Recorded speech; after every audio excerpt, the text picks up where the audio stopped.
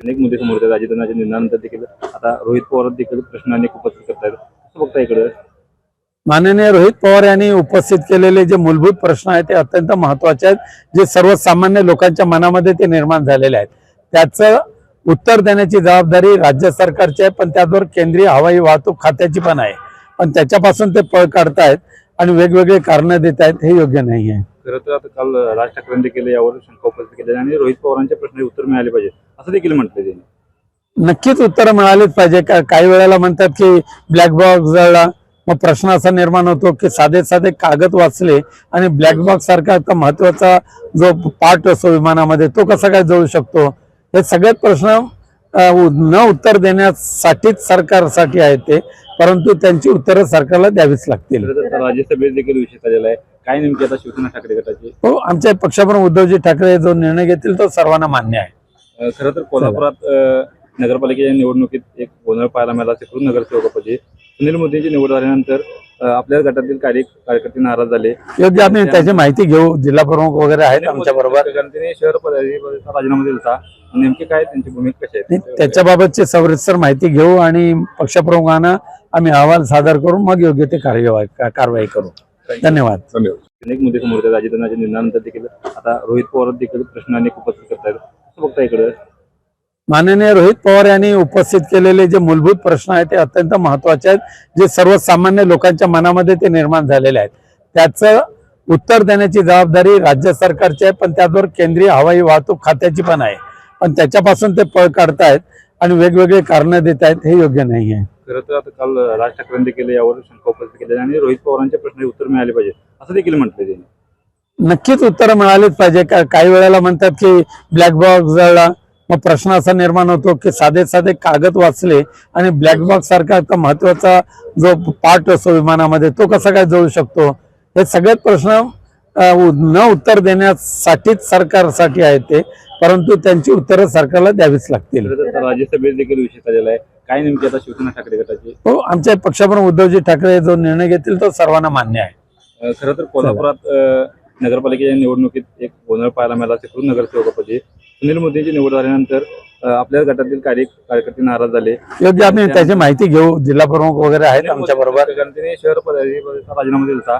नेमकी काय त्यांची भूमिका कशी आहे? त्याच्याबाबतची सविस्तर माहिती घेऊ आणि पक्षप्रमुखांना आम्ही अहवाल सादर करून मग योग्य ते कारवाई करू. धन्यवाद. काय सांगाल? आज शिक्षण परिषद झालेली आहे. शिक्षण मंत्री दादा भुसे आहेत, मुख्यमंत्री आहेत, अधिवेशन चालू आहे. काय नेमकं शाळांचा विषय आहे आणि तुमची भूमिका आता काय नेमकं ठरलं? आजच्या शिक्षण हक्क परिषदेने महाराष्ट्राच्या ग्रामीण भागातील शिक्षणाची जी गच्छंती सुरू केलेली आहे महाराष्ट्र सरकारने, मराठी शाळा बंद करायचा जो एक सपाटा चालवलेला आहे आणि जेणेकरून गोरगरिबांच्या मुलांना शिक्षणापासून वंचित ठेवण्याचं पाप हे महाराष्ट्र सरकार करते, त्याच्या विरोधात उभी राहिलेली शिक्षण हक्क परिषद अत्यंत महत्त्वाचे विचार या ठिकाणी व्यक्त केले आणि त्यांना एक आमचं कर्तव्य म्हणून त्यांना समर्थन करण्यासाठी आम्ही आलेलो आहोत. दुर्दैवाने शाहू फुले आंबेडकरांचं नाव घ्यायचं आणि दुसरीकडे ह्याच शाहू फुले आंबेडकरांच्या मूळ विचारांना हरताळ फासायचा, शाळा बंद करून जिल्हा परिषदेच्या शाळा, मराठी माध्यमाच्या शाळा बंद करायचं हे काम सध्या या महाराष्ट्रातलं सरकार करते.